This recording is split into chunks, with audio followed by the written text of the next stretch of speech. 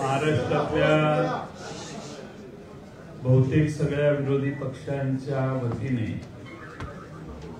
मी आपणा मुंबईच्या सगळ्या पत्रकारांचे मीडियाचे स्वागत करतो।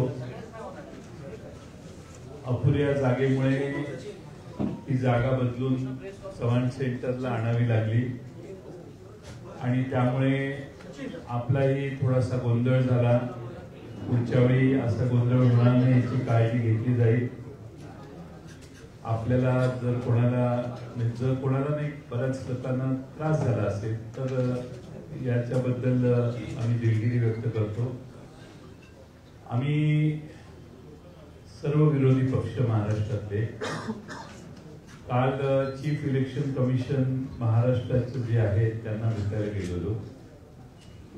त्यांना आम्ही एक निवेदन दिलं आणि निवेदनात त्यांना आम्ही महाराष्ट्रातल्या ज्या मतदार याद्या आहेत त्याच्यातल्या अनंत चुका दाखवल्या। अनंत चुका दाखवल्यानंतर त्या ठिकाणी सीओ यांनी आम्हाला असं आश्वासित केलं की केंद्रीय निवडणूक आयोगाला तुमचं हे सगळं म्हणणं आम्ही पाठवतो। या याद्या दुरुस्त करण्यासाठी आम्ही लवकरात लवकर सुरुवात करू। दुसऱ्या बाजूने महाराष्ट्र निवडणूक आयोग जो आहे, राज्य निवडणूक आयोग, त्यांच्या काही जबाबदाऱ्या आहेत असं त्यांनी सुचवल्यामुळे आज त्यांचे प्रश्न आणि दोघांचे प्रश्न म्हणून आज आम्ही त्यांची भेट घेतली। कालच्या प्रमाणे सर्वच विरोधी पक्ष नेते त्या ठिकाणी गेले। काही महत्वाचे एव्हिडन्सेस आम्ही दाखवले, काही पुरावे त्यांना दाखवले।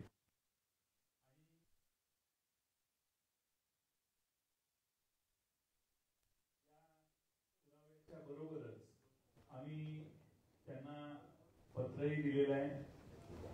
पत्र देत असताना मतदार यादीत मोठ्या प्रमाणात मतदारांचे पत्ते अपूर्ण चुकीचे घातलेले आहेत, घर क्रमांक चुकीचे आहेत, तसेच प्रत्यक्षात संबंधित व्यक्ती त्या मतदार यादीत नोंद आहे की त्या पत्त्यावर राहत नाही।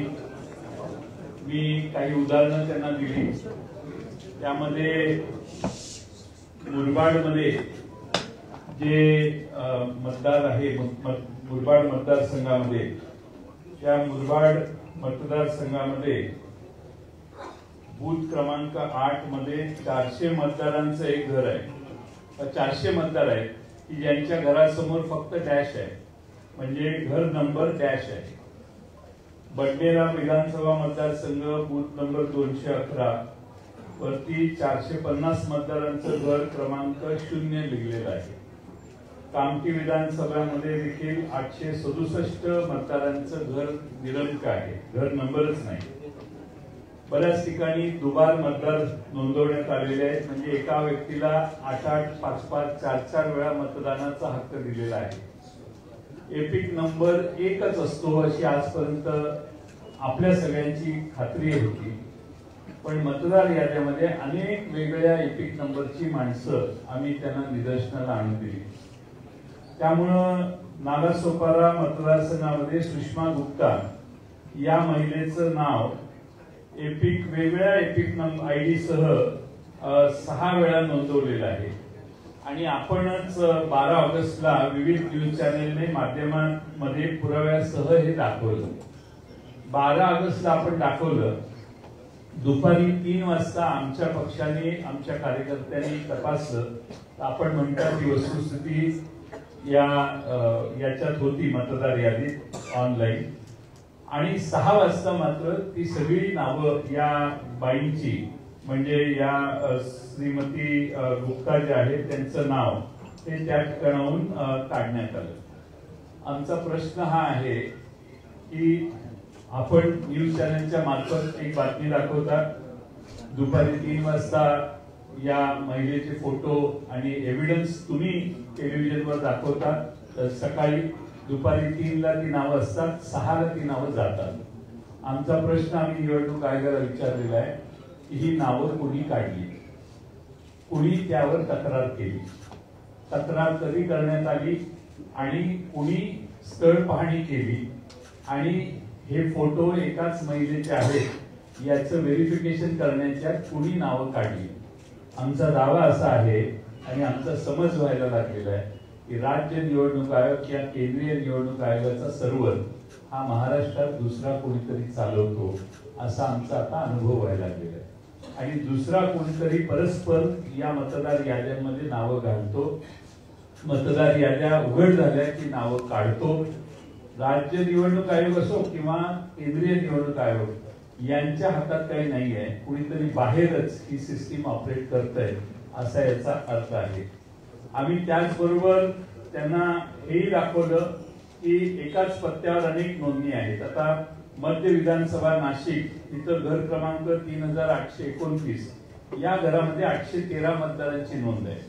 पुणे कॅन्टोन्मेंट मतदारसंघात बूथ क्रमांक 30 मध्ये घर क्रमांक 226 या घरात 869 मतदारांची नोंद आहे. आणि सगळ्यात महत्वाचं म्हणजे दर तासाला मतदार यादी जाहीर होते. किती पुरुषांनी मतदान केलं पूर्ण मोडण्यात आल्या आणि संध्याकाळी 5 नंतर कुणी किती मतदान केलं हे कधीच जाहीर करण्यात आलं नाही. एकदम दुसऱ्या तिसऱ्या दिवशी फायनल टॅली जाहीर करण्यात आली. हे पारदर्शकतेच्या प्रक्रियेच्या विरोधात आहे. आणि आम्ही विधानसभेला ज्या मतदार याद्या पाहिल्या, ज्या मतदान याद्यांनी हा निकाल आला त्याच मतदार याद्या जर स्थानिक स्वराज्य संस्थात वापरले जाणार असतील तर हा प्रचंड घोळ तसाच पुढे चालू राहतोय. आणि म्हणून आम्ही राज्य निवडणूक आयोगाला आणि केंद्रीय निवडणूक आयोगाचे प्रतिनिधी सीओ यांना मागणी केली की या मतदार याद्या दुरुस्त केल्या पाहिजेत. ताबडतोबीने त्या दुरुस्त करा. तुम्ही 3 दिवस 4 दिवस वाढवून मुदत हे चालणार नाही. किमान या मतदार याद्या पूर्ण तपासा. जे ज्या घरात राहत नाही त्यांची नावं त्यातून काढून टाका. बोगस मतदान काढून टाका. एक आमदार परवाच जाहीरपणाने सांगितलं त्यांनी की 20,000 मतदार मला बाहेरून आणावे लागले, ते मी आणले आणि मग माझा विजय झाला. हे विरोधी पक्ष सत्ताच असणारे आमदारच जाहीरपणाने सांगतायत. याची नोंद घ्या हे आम्ही त्यांना सांगितलं. मी आपल्या सर्वांचं स्वागत करतो आणि पुढं माननीय बाळासाहेब थोरात साहेब काँग्रेस पक्षाचे ज्येष्ठ नेते यांना विनंती करतो की त्यांनी या ठिकाणी त्यांचं मनोगत व्यक्त करावं. माननीय जयंतरावांनी आपल्याला सविस्तर पद्धतीने काही गोष्टी सांगितलेल्या आहेत. काल आम्ही केंद्रीय निवडणूक आयोगाचे सीओ त्यांना आम्ही भेटलो. आज राज्य निवडणूक आयोगाला भेटलो. विधानसभेच्या वेळेस ज्या मतदार याद्या होत्या त्याच्यामध्ये प्रचंड दोष होते. आम्ही त्याच कालखंडामध्ये योग्य वेळी योग्य ठिकाणी हे सांगितलं होतं की याच्यामध्ये दोष आहेत. त्याचं काहीही उत्तर आम्हाला आलेलं नाही. निवडणूक झाली त्या दोषासहित असे काही दोष त्याचे माननीय जयंतरावांनी सांगितलं की 20,000 मतदार हे बाहेरून आणून मी मतदान करून घेतलं हे आता आमदार सांगतायत असे दोष आहेत. काहींचे नाव वगळले गेले, काहींचे परत नाव ते दिसत आहेत पण ते चुकीचे आहेत. एका घराच्या नावावर अनेक आहेत. माझं एखादं कॉलेज आहे किंवा माझं कॉलेजचं हॉस्टेल आहे, त्या कॉलेजचे बाहेरून राज्यातून आलेले देशातून आलेले मुलं सुद्धा माझे मतदार असं होणार असं निवडणूक आयोग ते मान्य करून घेणार असेल आणि ते बी शेवटच्या क्षणापर्यंत आणि ही तक्रार करूनच त्याची दखल नाही अशी अवस्था. या असे अनेक घोटाळे घेऊन ही मतदार यादी विधानसभेची होती. आता ती खरं जे विधानसभेची निवडणूक झाल्यानंतर 1 जुलैला तुम्ही आता या राज्य आयोगाला दिलेली, त्या अगोदर कोणतंही पुनर्विलोकन जे असतं ते 6-7 महिन्यामध्ये करण्यात आलेलं नाही. कोणत्या दुरुस्त्या करण्यात आलेल्या नाही.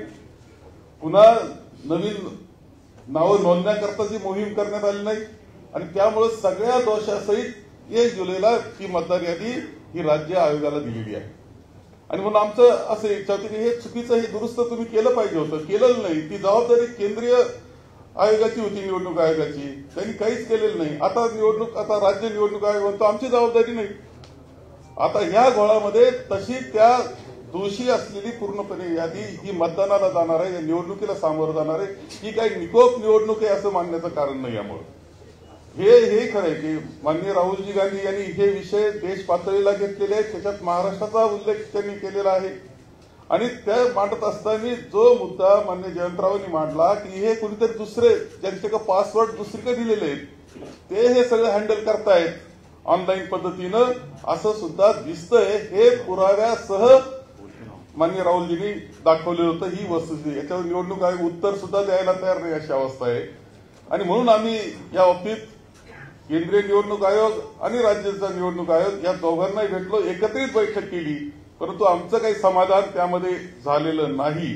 त्यांनी स्पष्टपणे काही उत्तर आम्हाला दिलेलं नाही. ही वस्तुस्थिती आहे आणि हे सगळं घेऊन आम्ही निवडणुकीला स्थानिक स्वराज्य संस्थेच्या निवडणुकीला सामोरं जाणं हे अत्यंत चुकीचं आहे आणि हे माझ्या जनतेला सुद्धा मान्य नाही झालं पाहिजे. निकोप निवडणूक हा आपला पाया आहे लोकशाहीचा, तोच उद्ध्वस्त करण्यास निघालेला आहे. याच्यामध्ये पूर्णपणे राजकीय हस्तक्षेप असले पाहिजे असं आम्हाला वाटतंय आणि म्हणून आम्ही ही भेट आम्ही घेतलेली आहे.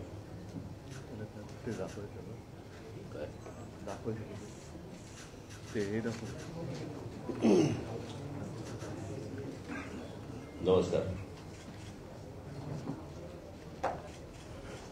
काल आम्ही केंद्रीय निवडणूक आयोगाच्या प्रतिनिधींना भेटलो आणि आज आम्ही राज्य आणि केंद्रीय निवडणूक आयोगाच्या प्रतिनिधींना दोघांनाही भेटलो. आता जयंतराव म्हणाले किंवा बाळासाहेब म्हणाले, मला अत्यंत महत्वाची एक गोष्ट आपल्यासमोर आणि महाराष्ट्राच्या जनतेसमोर मला ठेवायची आहे की निवडणूक ही गोष्ट म्हटल्यानंतर राजकीय पक्ष आले आणि निवडणुकांना मतदान करणारा महाराष्ट्रातला मतदार आला. निवडणूक आयोग ही फक्त निवडणुका घेतात, कंडक्ट करतात, परंतु राजकीय पक्ष हे निवडणुका लढवतात. आणि राजकीय पक्षांना जर समजा निवडणूक आयोग ज्या याद्या मतदार याद्या आहेत या जर समजा दाखवतच नसेल तर मला असं वाटतं की पहिला घोळ इकडे आहे की आम्ही तुम्हाला याद्याच नाही दाखवणार. म्हणजे मी आता तुमच्याकडे 2024च्या निवडणुका व्हायच्या अगोदर आणि 2024च्या निवडणुका झाल्यानंतर अशा मी तुम्हाला 2 याद्या मी तुम्हाला फक्त आता दाखवणार आहे.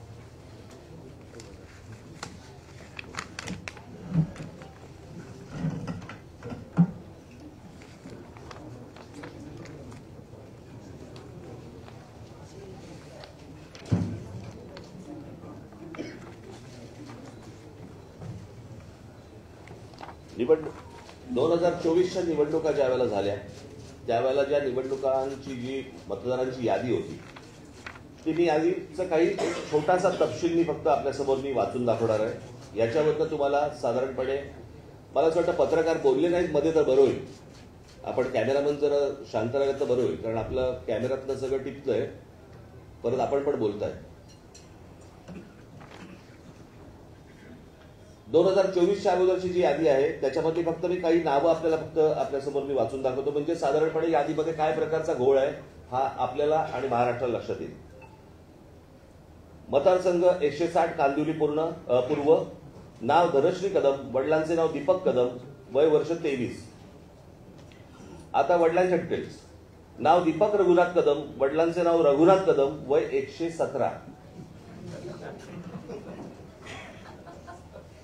मतदारसंघ 161 चारकोप, नाव नंदिनी महेंद्र चव्हाण, वडिलांचे नाव महेंद्र चव्हाण, वय वर्ष 124, वय 124. आता वडिलांचे डिटेल्स. नाव महेंद्र कुमार श्रीनाथ चव्हाण, वडिलांचे नाव श्रीनाथ चव्हाण, वय 43. कोणी कोणाला काढले तेच कळत नाही.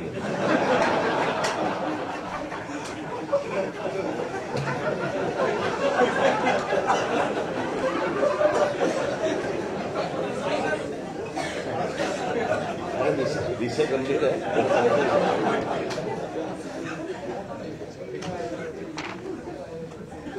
हा 2024च्या निवडणुकीच्या अगोदरचा घोळ.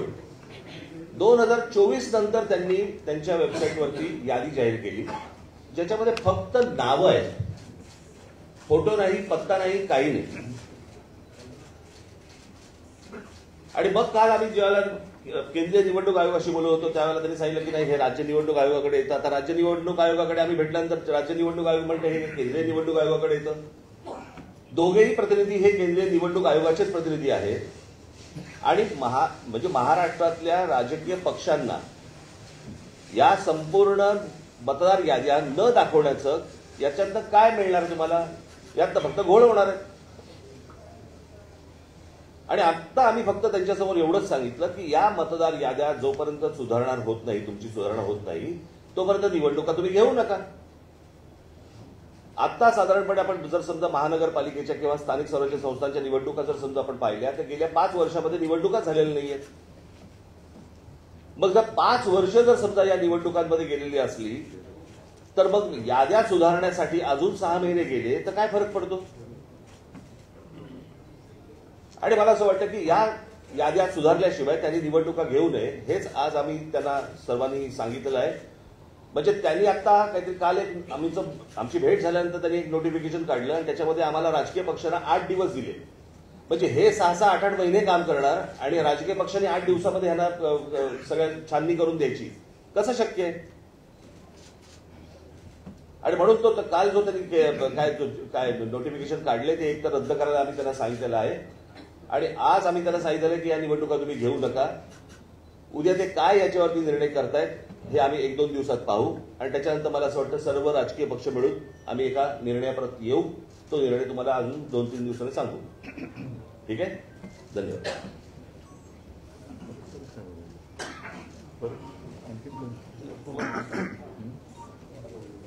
एकूणच सर्व परिस्थिती काय आहे, काय चाललेलं आहे याची कल्पना जयंतराव, बाळासाहेब आणि राज यांनी आपल्यासमोर मांडलेली आहे. एक गोष्ट मी आवर्जून सांगेन, एकूणच लोकशाहीसाठी, तिच्या रक्षणासाठी महाराष्ट्रातले सर्व राजकीय पक्ष एकत्र आलेले आहेत. आम्ही सर्व एकत्र येत असताना भारतीय जनता पक्षाला सुद्धा पत्र दिलं होतं, पण आज व्यासपीठावर आणि आमच्या कालच्या आणि आजच्या निवडणूक आयुक्तांच्या भेटीमध्ये भाजपाकडनं कोणी आलेलं नाही. हा विषय जो आहे तो गेल्या विधानसभेपासून सगळ्यांच्या लक्षात यायला लागला आणि एका पत्राचा उल्लेख जयंतरावांकडनं राहिला, तो त्यांनी मला सांगितला. तो म्हणजे विधानसभा निवडणुका ज्या म्हणजे गेल्या वर्षी झाल्या 2024, त्याच्या आधी 19 ऑक्टोबरला 1 महिना आधी महाविकास आघाडीकडनं निवडणूक आयोगाला एक पत्र दिलं होतं आणि त्याच्यामध्ये आमचा विषय हा होता की नाव घेऊन अगदी म्हटलं तरी की काही भारतीय जनता पक्षाचे कार्यकर्ते ह्या मतदार यादीशी खेळतात आणि त्याच्यामध्ये काही लोक म्हणजे त्यांना हवेत ते घुसवत आहेत, नको ते काढतायत. हा सगळा खेळ यांचा सुरू आहे. आता जसं या दोघांनी सांगितलं, अगदी हे पुरावे, ही काही यादी आम्ही घरी नाही छापलेली आहे. एकेका व्यक्तीचं नाव 4-4 ठिकाणी आहे, एका जागेवरती 200-200 नावं नोंदलेत. हा सगळा लोकशाहीचा खेळ खंडोबा चाललाय. दोन्ही निवडणूक आयुक्तांना आम्ही सांगितलंय की एक तर इलेक्शन म्हणजे निवडणूक घ्यायची असेल ती निष्पक्षपातीपणाने झाली पाहिजे, नाहीतर इलेक्शनपेक्षा सिलेक्शन करून मोकळे व्हा. तेवढंच आता राहिलेलं आहे. दोघांशी बोलताना थोडंसं आमच्या लक्षात आलं, मी त्यांचा अपमान करू इच्छित नाही, पण हे जे समोर आमच्या बसले ते आयुक्त म्हणून काही त्यांच्याकडे अधिकार आहेत का आम्ही कठपुतळी बाहुल्यांशी बोलतोय आणि त्यांचे 2 वरती कुठेतरी आहेत, ते वरनं जशी बोटं हलतील तशी इकडे हालचाली होतात की काय. सगळे मुद्दे सांगून झालेले आहेत. याच्यामध्ये आणखीन एक मुद्दा जो आहे तो 1 जुलैचा कट ऑफ डेट, म्हणजे 1 जुलै नंतर ज्यांना 18 वर्ष झाली असतील त्यांना यावेळेला मतदानाचा अधिकारच मिळणार नाही. ही कुठली लोकशाही आहे? आणि हे सगळं बघितल्यानंतर आम्हाला असं वाटतं की ज्याप्रमाणे सर्वोच्च न्यायालयाने जसं काही पक्षांचे, काही प्राण्यांच्या केसेस या सुमोटो घेतल्या होत्या, तसंच आपल्या देशातल्या मनुष्य प्राण्यांची सुद्धा केस ही स्वतःहून त्यांनी घ्यायला पाहिजे आणि देशातली लोकशाही जगवण्यासाठी हा त्यांचा सुद्धा एक निर्णय त्याच्यामध्ये असायला पाहिजे.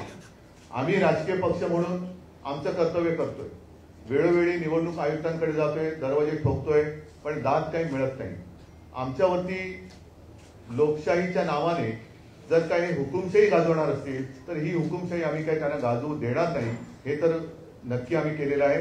थोडक्यात आज आमचं म्हणणं या दोन्ही आयुक्तांकडे, कारण काल दोन्ही आयुक्तांना आमच्या विरोधी पक्षांची किंवा आमच्या राजकीय पक्षांची, विरोधी नाही राजकीय पक्षांचे प्रतिनिधी मंडळ त्यांना भेटलं, शिष्टमंडळ भेटलं.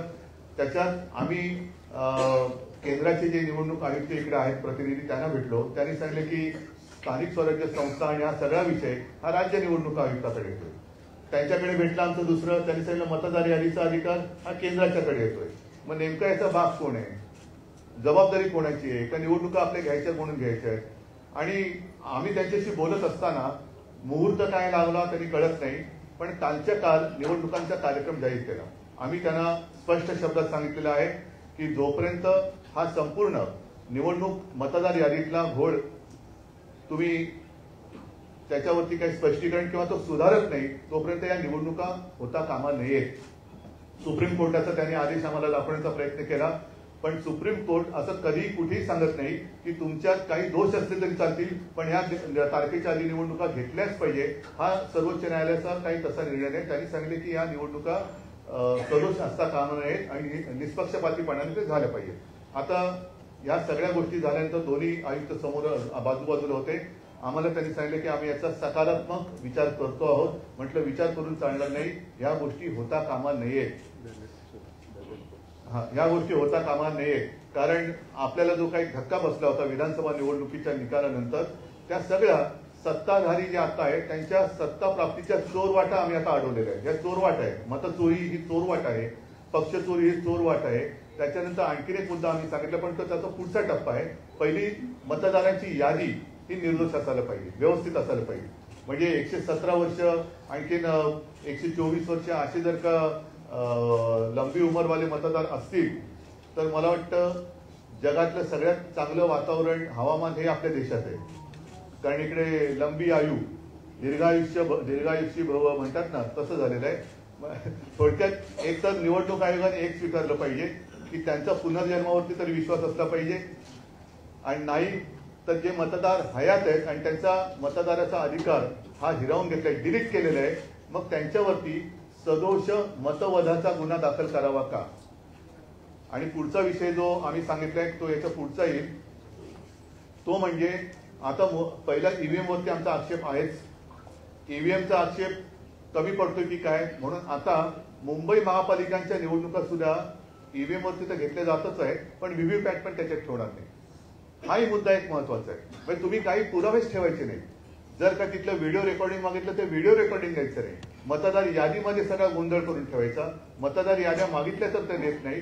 आणि म्हणून म्हटलं की ही काही लोकशाही तुम्ही हुकुमशाहीच्या पद्धतीने चालवत असेल तर ती आम्ही कदापि मान्य करणार नाही. शिष्टमंडळाने जे मुद्दे उपस्थित केलेले आहेत त्यामध्ये जर येत्या काळामध्ये निवडणूक आयोगाकडून सुधारणा नाही झाली तर तुमचं पुढचं पाऊल काय असणार? पुढचं पाऊल पहिलं आजचं पाऊल लोकांसमोर जाऊ द्या. त्याच्यानंतर घाईघाई करण्याची आवश्यकता नाहीये. 2 दिवसात ते सांगतो म्हणाले. सकारात्मक विचार त्यांचा, त्याला ते सकारात्मक कशाला म्हणतात ते त्यांच्या उत्तरात कळेल.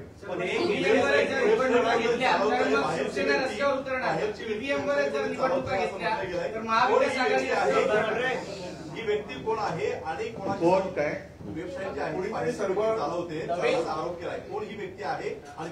त्याच्यासाठी आम्ही महाविकास आघाडीकडनं अतिशय स्वच्छ आणि स्पष्ट शब्दात विधानसभा निवडणुकीच्या 1 महिना आधी पत्र दिले, ज्याचा मी आता उल्लेख केला ते. आता तुम्ही आधी तुमच्या पहिल्या प्रश्नाचं उत्तर देतो जे जयंतरावांनी त्यांच्याकडे मांडलं ते.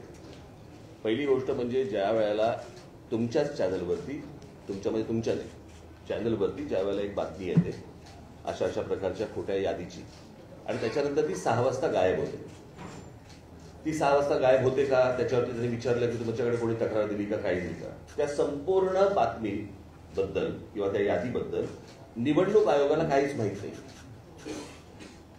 केंद्रीय निवडणूक आयोग आणि राज्य निवडणूक आयोग ते म्हणाले की आम्हाला ह्यातलं काहीच माहित नाही, माहिती घेऊन सांगतो. ते म्हणाले आम्ही माहिती घेऊन सांगतो. आता प्रश्न असा आहे की त्यांच्या वेबसाईटवरनं गायब झाले, ज्या तुमच्या चॅनलवरती दाखवले गेले आहेत. मग जर समजा त्या चॅनलवरती दाखवल्यानंतर जर त्या याद्या गायब होत असतील आणि निवडणूक आयोगाला जर समजा ती गोष्ट माहिती नसेल तर मग हे कोण करतंय, हे कोण काढतंय आणि कोण घालतंय, हा तो प्रश्न आहे. आणि ही गोष्ट त्यांना विचारली गेली. त्याच्यावरती ते बोलले की आम्ही चौकशी करून सांगतो. महाविकास आघाडीने विधानसभा निवडणुकीच्या 1 महिना आधी त्या पत्राला कुठलाही प्रतिसाद आयोगाकडून मिळाला नाही असं तुमचं म्हणणं आहे. मग जर त्या पत्राला जर प्रतिसाद मिळाला नसेल तर आता तुम्ही सगळी एक्सरसाइज करताय, त्याला प्रतिसाद मिळाला कशावर? 12 ऑगस्टला आम्ही 19 ऑक्टोबरला हे पत्र कार्यालयात नेऊन दिलेलं आहे. केंद्रीय आणि त्यांना भेटलोही. आमचे प्रतिनिधी म्हणून जितेंद्र आव्हाडजी स्वतः जाऊन तिथं 2-3 जण जाऊन भेटले, त्यांना हातात दिलं, पण त्याचा कोणताही कॉग्निजन्स त्यांनी घेतला नाही. आणि केंद्रीय निवडणूक आयोगालाही हे पत्र पाठवण्यात आलेलं 1 महिना आधी विधानसभेच्या, आणि त्यात कॅटेगरिकली म्हटलेलं आहे की सोयीची नावं ठेवतायत, गैरसोयीची नावं काढतायत, खाली कार्यकर्त्यांना सूचना दिल्या आहेत, हिरव्या पेनाने टिक करा, सोयीची असतील ती, गैरसोयीची असतील ती लाल पेनाने टिक करा, लाल पेनाची नावं उडवण्याचा कार्यक्रम झाला. हे आम्ही सर्रासपणाने आधी 1 महिना आधी त्यांना, कारण हे चाललं होतं ग्रासरूट लेवलला आणि कुणीतरी हे मॉनिटर करत होतं, हे कळत होतं आम्हाला, म्हणून आम्ही तक्रार केली. पण निवडणूक आयोगाने कोणता प्रतिसाद दिला नाही. निवडणूक आयोगाची स्टाईल अशी आहे की कोणी कुठल्याही राजकीय पक्षाने तक्रार करायची, ती त्यांना बासनात गुंडाळून ठेवण्याची त्यांची प्रथा दिसते.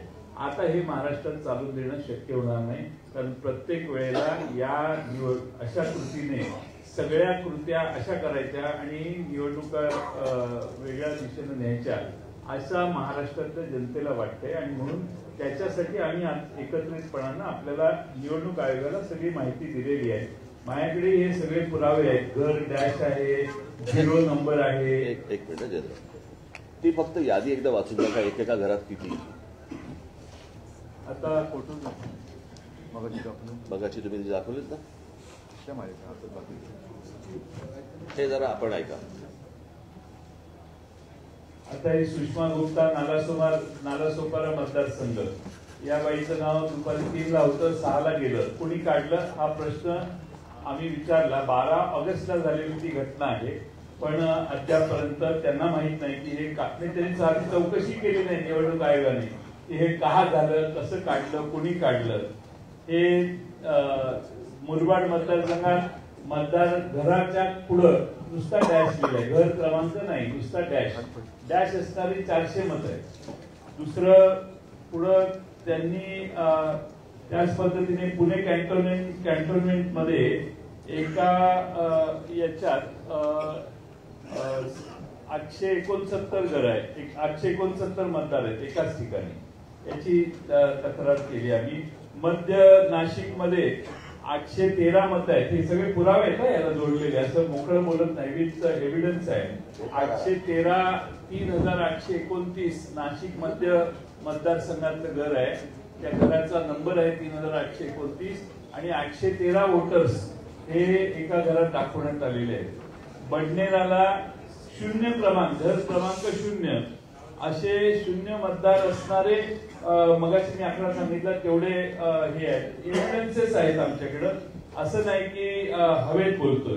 त्यामुळे काही मी ऐकलं. आता याच्यात विशेषतः अशोक पवार यांचा जो मतदारसंघ आहे शिरूरचा, त्यांना केसनन गावात त्यांनी काही ऑब्जेक्शन घेतले. ऑब्जेक्शन घेतल्यानंतर घर क्रमांक 1च असणारे 188, एकाच घरात 188 मतदार आहेत आणि ते घरच नाही आहे त्या गावात. आणि तसं लिहून त्यांनी लेखी तक्रार केल्यावर तिथल्या निवडणूक प्रतिनिधींनी सांगितलं की त्या मतदारांची प्रायव्हसी डिस्टर्ब होते आणि म्हणून आम्ही तुम्हाला ही माहिती देऊ शकत नाही. त्याच्यामध्ये शेवटी कायदा जो आहे तो कायदा काय सांगतो, कायदा त्यांनी असं लिहिलेलं आहे की मतदार यादीत समाविष्ट करण्यात आलेल्या मतदारांची माहिती गोपनीय स्वरूपाची आहे. त्यामुळे सदर मतदारांची माहिती ही व्यक्तिगत माहिती आहे. सदर कागदपत्रांची माहिती इतरत्र प्रसिद्ध होऊ नये या कारणाने संबंधित मतदारांची परवानगी शिवाय आपणास उपरोक्त माहिती पुरवता येत नाही. आता कायदा आहे, कायद्यामध्ये काय म्हटलंय, आम्ही तो कायदाही दाखवला निवडणूक आयोगाला. साधारणपणे 32 नंबरचा कायदा आहे की कुणी कुठलाही हे मागितला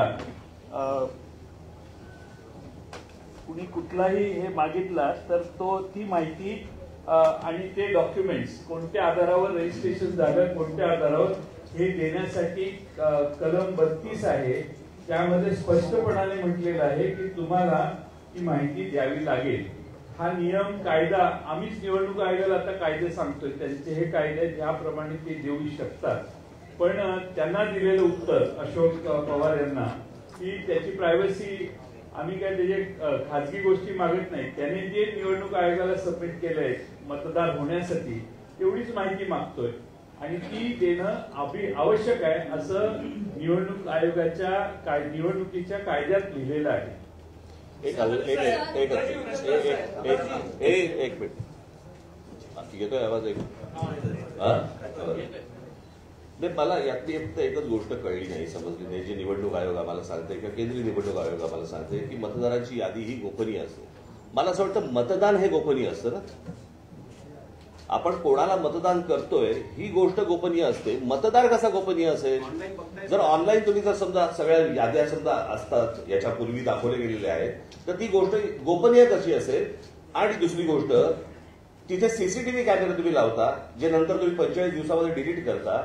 जर तुम्ही बघू शकता, आम्ही नाही का बघू शकत? बरं, निवडणूक आयोग यांना निवडणुका लढवायच्या नाही आहेत, निवडणुका आम्हाला लढवायच्या आहेत.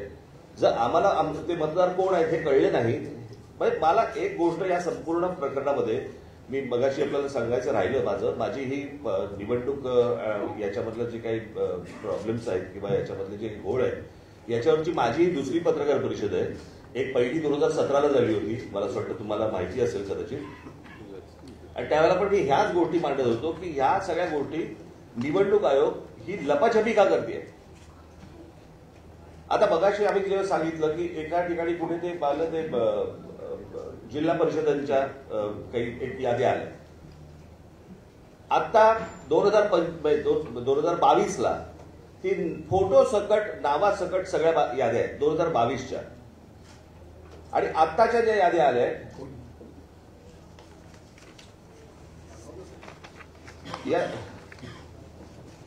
या 2022च्या याद्या आहेत, ज्याच्यामध्ये फोटो आहे, नाव आहे, सगळं आहे.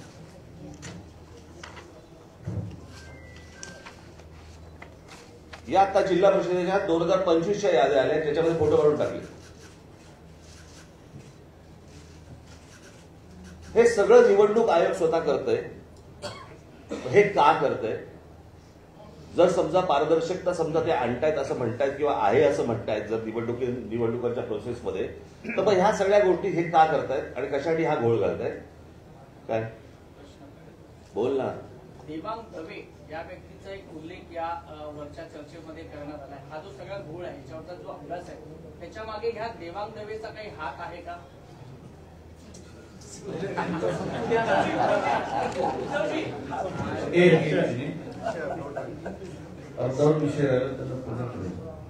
देवांग दवे हे निवडणूक आयोगाचे हे एका राष्ट्रीय पक्षाचे पदाधिकारी आणि हे पुढे लपून राहिलेले नाही. त्यांच्याकडे जो कंत्राट दिला आहे डिलीट करायचं पण आहे ना एडिशनचं पण आहे. एडिशन दोन्ही काम तो करतो आहे वेबसाईटवर अधिकृत ठेवून. तर अधिकृत कंत्राट दिल्यामुळे वेबसाईट हाताळण्याचं काम त्याच्याकडे आणि तिथूनच कदाचित घोळ असावा असा आमचा गोड समज आहे.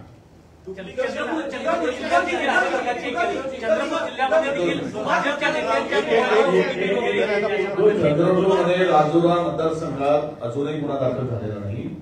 तिथे भारतीय जनता पक्षाचं नाव घेऊन सांगतो त्यांच्या मोबाईलवरून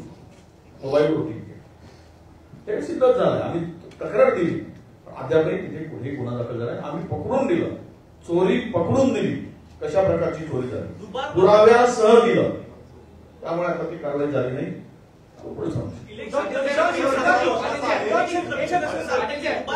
जो विषय आहे त्याच्यामध्ये जर समजा 80,000 उदाहरणार्थ पनवेलमध्ये बाळाराम पाटलांना त्यांनी उत्तर असं दिलेलं आहे ऑफिशियली आणि सगळ्यांनाच उत्तर दिलेलं आहे. ज्यांनी बातम्या केल्या त्यांनाही दिलं की जर 80,000 तुम्हाला वाटतं दुबार मतदार असतील तर तुम्ही 80,000 अर्ज केले पाहिजेत प्रत्येक मतदाराच्या नावाचा.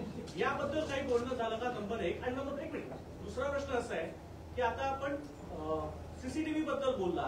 तो सीसीटीव्ही हा एक वादग्रस्त मुद्दा आहे असं जर धरलं तर एक 17A फॉर्म आहे जे इलेक्टोरल रोल असतो जो मतदान अधिकारी टिकमार्क करतात. तो अधिकाऱ्यांनी टिकमार्क केलेला रोल इलेक्शन कमिशन देत नाहीये. याबद्दल तुमचं काही बोलणं झालं का? मला एकच या सगळ्या गोष्टीवरती मला फक्त बोलायचं आहे. आता तुम्ही जे काही सगळे कायद्याचे या देशात या पहिल्या निवडणुका नाही आहेत. याच्या अगोदर अनेक निवडणुका झाल्या, बरोबर आहे, साधारणपणे 2014च्या अगोदर, 2000 काय त्याच्या अगोदर या इतके वर्ष ज्या निवडणुका चालू आहेत कधी असले विषय कधी आले नाहीत जे हल्लीच काय यायला लागले. मला असं वाटतं हा एक सगळ्यात महत्वाचा प्रश्न आहे की आता हे फॉर्म भरून मग तिकडे आता किती ते पैसे द्यायचे तर 2 रुपये पर शीट, प्रत्येक पानाला 2 रुपये द्यायचे आणि मग आम्ही पानं घ्यायची. म्हणजे त्याच्यात पण कमाई. टेक्निकल ग्राउंडवर इलेक्शन कमिशन स्टँड करतं त्याबद्दलचं म्हणणं विचारलं. 17A मागणारे अनेक उमेदवार आहेत. अनेक उमेदवारांनी 17A मागून देखील निवडणूक आयोग ते देत नाही. आता एक उदाहरण सांगतो की कोरेगाव विधानसभा मतदारसंघात शशिकांत शिंदे साहेबांनी विधानसभेच्या आधी अपील केलं. कलेक्टरने निर्णय दिला की 1,500 मतं आपण यादीत घ्या. तरी खालच्या अधिकाऱ्याने ती अपील मान्य झाल्यावर देखील त्यांची मतदार यादीत नावं समाविष्ट झाली नाही. मी मगाशी जे सांगितलं की प्रायव्हसी डिस्टर्ब होते वगैरे त्यांनी उत्तर दिलं लेखी अशोक पवारांना. तर 32 नाही 33 रजिस्ट्रेशन ऑफ इलेक्ट्रॉनिक रूल्स 1960 33 नंबरचा आहे. Inspection of electronic rolls and connected papers. Every person shall have the right to inspect the election papers referred to in rule 32 and to get attested copies thereof on payment of such fee as may be fixed by the chief electoral officer. हा कायदा rule मध्ये आहे हे, तरी देखील त्यांना उत्तर दिलं की आम्ही देऊ शकत नाही.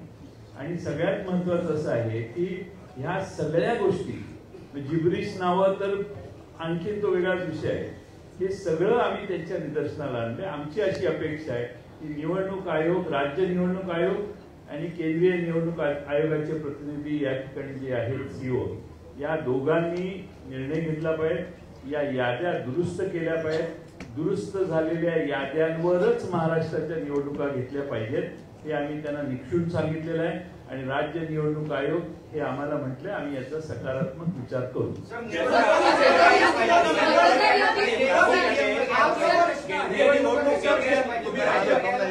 तुम्ही राज्य निवडणूक आयोगाला घेतल्या तर मग भूमिका काय असणार बघून आधी पहिल्या याद्यात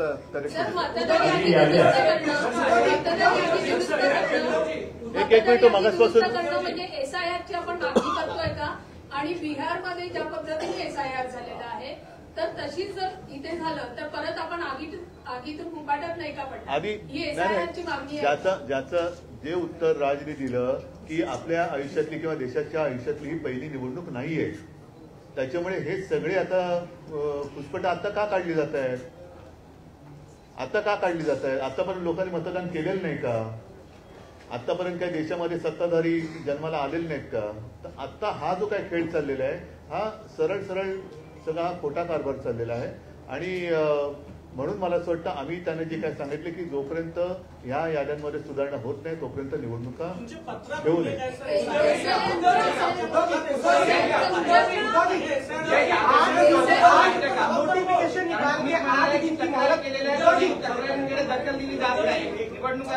असं आहे की आम्ही निवडणूक आयोगाला आवाहन केलेलं आहे आणि मागणी केलेली आहे की बल्कमध्ये चुका आहेत त्या तुम्ही दुरुस्त केल्या पाहिजे. आता एखाद्या मतदारातील 8,000 चुका असतील तर त्या 8,000 चुका आम्ही सबमिट करायच्या इंडिव्हिज्युअली प्रत्येक ठिकाणी. याला मग किमान 1 महिन्याचा वेळ तर दिला पाहिजे. वेळ नसल्यामुळे तुम्ही 7 दिवसात आणि 8 दिवसात करा म्हटल्यावर कोणत्या एक तर तुमच्या याद्या डिजिटल नाहीये. तुम्ही या याद्या डिजिटल का नाही करत?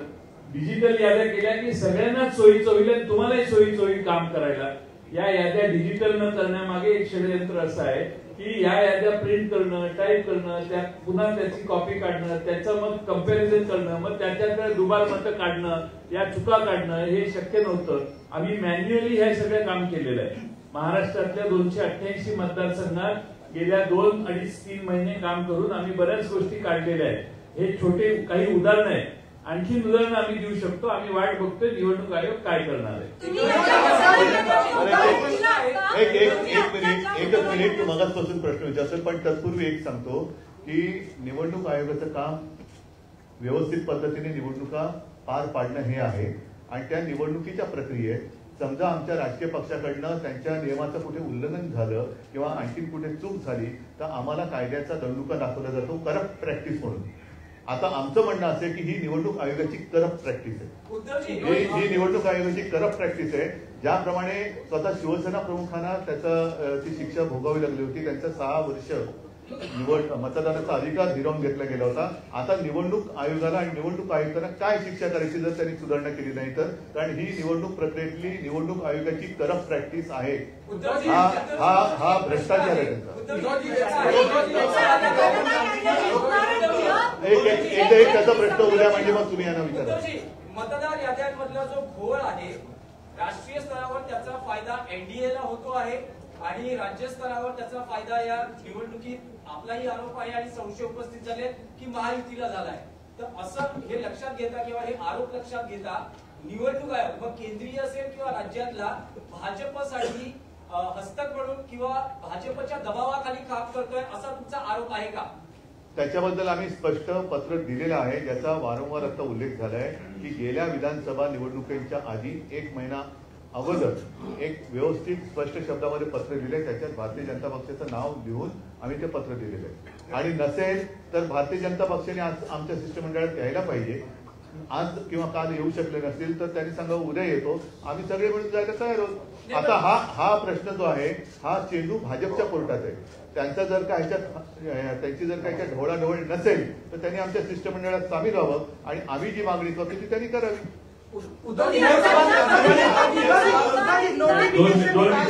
तुम्ही एक काम करता, एक मिनिट माफ करा, तुम्ही फक्त हात वरती करा, आम्ही सांगू कोणाला बोलायचं. कलकलाट करण्यापेक्षा ना तुम्ही फक्त हात वरती करा, आम्ही फक्त सांगतो की बाबा तू बोल तू बोल तू बोल एवढं. आता बोल. तुम्ही ज्या मतदार याद्यांचं आता उदाहरण दिलं की ह्याच्यात ऑब्जेक्शन आहेत, अशा किती कॉन्स्टिट्युएन्सीचे ऑब्जेक्शन तुम्ही आता सबमिट केले आहेत? आम्ही आता काही प्रमुख कॉन्स्टिट्युएन्सीची उदाहरणं दिलेली आहेत. महाराष्ट्रातल्या प्रत्येक मतदारसंघात हे काम चालू आहे. स्थानिक दृष्ट्या त्याची ऑब्जेक्शन सबमिट होतील. परंतु बल्कमध्ये हे झालेलं आहे, फ्रॉड आहे हा असं आम्हाला वाटायला लागले. तर ते निवडणूक आयोगाने पुढाकार घ्यावा ना. आम्ही 2 हे असतात, एक म्हणजे फोटो आयडेंटिटी सेम आहे असे बघून ते नावं बाजूला काढता येतात. त्याचं एक वेगळं सॉफ्टवेअर आहे. नावं एकत्रित करून सगळी नावं कम्पेअर करून ती डुप्लिकेट झाली असतील तर ती नावं बाजूला काढायला सॉफ्टवेअर आहे. ही सॉफ्टवेअर 2019च्या निवडणुकीच्या आधी वापरलं जायचं, पण दुर्दैवाने 2022-23 नंतर हे वापरलंच नाही. तर आम्ही त्यांना कालच विनंती केली की हे सॉफ्टवेअर वापरा आणि हे डुप्लिकेशन जे आहे ते काढून टाका. त्यांनी केलं पाहिजे. एकच मी सांगतो, आमच्या लोकांनी त्या ठिकाणी जे ऑफिसर आहेत अधिकारी आहेत त्यांच्या हरकती घेतलेल्या आहेत. पण ते सरळ सरळ सांगतात की आमच्या राज्य निवडणूक आयोगाला आम्हाला ह्या अधिकार किंवा आम्ही हरकती घेण्यामध्ये कुठल्याही प्रकारचा आम्ही काही हस्तक्षेप करू शकत नाही. हा फार मोठा गंभीर त्या ठिकाणी प्रश्न निर्माण झालेला आहे. जर बोगस नावं दाखवली तर त्या बोगस नावाच्या संदर्भात हरकत घेतल्यानंतर त्याची चौकशी करायला पाहिजे. ते सरळ हरकती करतायत प्रांत किंवा तिथल्या निवडणूक अधिकारी. आता आम्ही प्रत्येक पक्षाने त्या कार्यकर्त्यांना आपापल्या ठिकाणचे सर्वेक्षण करून जी बोगस नावं आहेत ती काढून तुम्ही म्हणाला त्या प्रश्नाने आम्ही राज्यावर गोळा करणार आणि निवडणूक आयोगाला देणार. त्याला आम्हाला वेळ पाहिजे. एक असं आहे, 2 मिनिटं. एक असं आहे की त्यांच्याकडे वेगळे टूल आहेत. डाटा मॅचिंग सिस्टीम, AI आधारित टूल्स आहेत, डिजिटल ऍप्स आहेत, असे आहेत, ते वापरावे. आणि सगळ्यात महत्वाचं मला आपल्या मार्फत आवाहन करायचंय, आम्हाला निवडणूक आयोगाकडून उत्तर पाहिजे. भारतीय जनता पक्षाच्या विरोधी ही आमची हे नाही आहे. त्यामुळे त्यांच्या प्रवक्त्यांनी आम्हाला उत्तर देणं अभिप्रेत नाहीये. आम्हाला निवडणूक आयोगाने उत्तर द्यावं. आम्ही निवडणूक आयोगाकडे गेलोय, नाही तर तासाभरात तुम्ही जाल दुसरीकडे आणि याला उत्तर मागाल. आम्हाला आम्ही त्यांना बोलवलेलं होतं आणि त्यांनाही त्रास कदाचित होत असेल तर देत नाही. निवडणूक आयोगाने उत्तर आहे. मला त्यांचं स्पष्ट म्हणणं आहे की मला स्थानिक स्वराज्य एकच संस्थेच्या मिनिट निवडणुकांसाठी एकच मिनिट मला असं वाटतं मी थोडंसं काय हे प्रश्न संपणार नाही. यातला एकच सगळ्यात महत्वाचा भाग असा आहे की निवडणूक यादीमध्ये घोळ आहे. निवडणुकीच्या यादीतले घोळ दोन्ही राज्य आणि केंद्रीय निवडणूक आयोगातल्या प्रतिनिधींना आम्ही त्यांच्यासमोर ठेवलेले आहेत. ते सुधारले पाहिजेत आणि ते सुधारून विरोधी पक्षाचं समाधान झालं पाहिजे, सत्ताधारी पक्षाचं समाधान झालं पाहिजे, कोणाचंही. परंतु जे निवडणुका लढवतात मला असं वाटतं त्या राजकीय पक्षाचं समाधान झाल्याशिवाय त्यांनी निवडणुका घेऊ नयेत. आणि ही अत्यंत आमची रास्त मागणी आहे, याच्यात काहीच गैर नाहीये. मला असं वाटतं निवडणूक आयोगाने या गोष्टींचा विचार करावा. त्याच्यामध्ये इतर वेगवेगळे कायदे आणूच नाहीत. सोपी गोष्ट आहे ना ही. ह्याच्यामध्ये काही कॉम्प्लिकेटेड असण्याचं काही कारणच नाहीये. आम्ही काही क्लिष्ट काही विषय बोलतच नाही आहोत की बाबा आम्ही मतदार याद्या दाखवलेल्या आहेत, मतदार याद्यांमध्ये बाबा घोळ आहे. थांबा ना, मी पण आलो पहिला. मतदार याद्यांमध्ये घोळ आहेत आणि मतदार याद्यांमधले घोळ त्यांच्या समोर ठेवल्यानंतर मला असं वाटतं की ते आणि राजकीय पक्ष यांनी मिळून या याद्या सुधारल्या पाहिजेत आणि याद्या सुधारूनच निवडणुकांना सामोरं गेलं पाहिजे. कारण जी लोक मतदान करतायत, म्हणजे जर समजा तुम्ही एक गोष्ट बघितली असेल, यातला एकच फक्त महत्वाचा भाग सांगतो की गेल्या 2024ची जी विधानसभा इलेक्शन झाली, या विधानसभा निवडणुकीनंतर 232 जागा या ह्यांच्या युतीच्या महायुतीच्या निवडून आल्या. 232. पण या 232 जागा निवडून आल्यानंतर देखील मला असं वाटतं तुम्ही सगळेजण त्याला विटनेस आहात, संपूर्ण महाराष्ट्रात सन्नाटा होता. ज्या प्रकारचा जल्लोष महाराष्ट्रामध्ये व्हायला पाहिजे होता त्या प्रकारचा जल्लोष महाराष्ट्रामध्ये नव्हता. हे कसलं द्योतक आहे?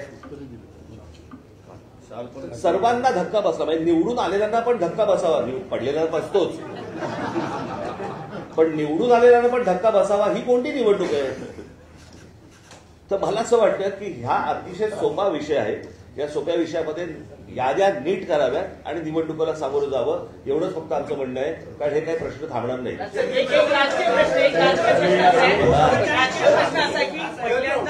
निवडणूक आयोगाच्या निवेदनात तुम्ही महाविकास आघाडी बरोबर दिसतात, तर मला असं वाटतं मी 2017ला पण दिसलो होतो.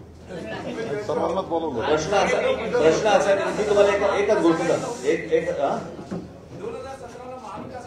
ते असेल किंवा नसेल तो विषय नाहीये. प्रश्न असा आहे की या सगळ्या याच्यामध्ये एक गोष्ट लक्षात घ्या, आता निवडणूक होणार कशी होणार हे महत्वाचं आहे. कोणाबरोबर होणार हा आत्ताचा विषयच नाही. आणि ही तुमच्या जर लक्षात असेल कदाचित त्यावेळेस पत्रकार परिषदेत जर समजा तुम्ही असाल तर 2017ला पण मी हेच बोलत होतो. तेव्हा पण होती तेव्हा पण होती खरं तर याच्यामध्ये त्यावेळेला अजित पवार पण होते. त्यावेळेला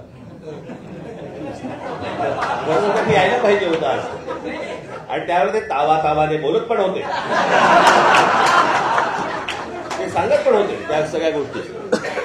असो, धन्यवाद.